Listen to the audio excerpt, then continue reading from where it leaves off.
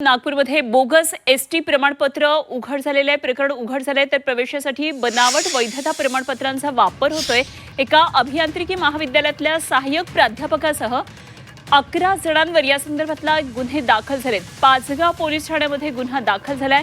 तर बनावट प्रमाणपत्रांची ही टोळी सक्रिय असल्याचा संशय।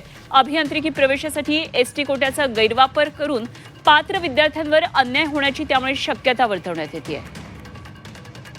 तर प्रमाणपत्रासाठी 2 लाखांपर्यंत व्यवहार झालेला आहे आणि मोठा आर्थिक गैरप्रकार झाल्याची शंका व्यक्त होती।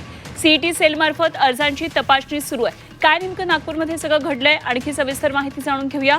आमचे प्रतिनिधी अमर काणे सध्या आपल्याबरोबर जोडले गेलेत। अमर, प्रवेशासाठी बनावट वैधता प्रमाणपत्र तयार करणारी टोळी सक्रिय असेल असा संशय, काय नेमके या संदर्भातले तपशील येत आहेत? एका अभियांत्रिकी महाविद्यालयातील सहाय्यक प्राध्यापकासह लिपिक आणि 3 विद्यार्थ्यांकडे एकूण 11 जणांवर या प्रकरणी संपूर्ण पाचगाव पोलीस स्टेशनमध्ये गुन्हा दाखल झालेला आहे आणि या सगळ्या बोगस प्रमाणपत्रामुळे याच्या मागे कोणतं रॅकेट आहे की नाही या दृष्टीने सुद्धा आता सखोल तपास सुरू झालेला आहे आणि याची व्याप्ती अजून मोठी असण्याची शक्यता सुद्धा वर्तवण्यात येते। एकूणच अतिशय गंभीर असं हे संपूर्ण प्रकरण आहे आणि याची व्याप्ती अजून मोठी असण्याची सुद्धा शक्यता आहे।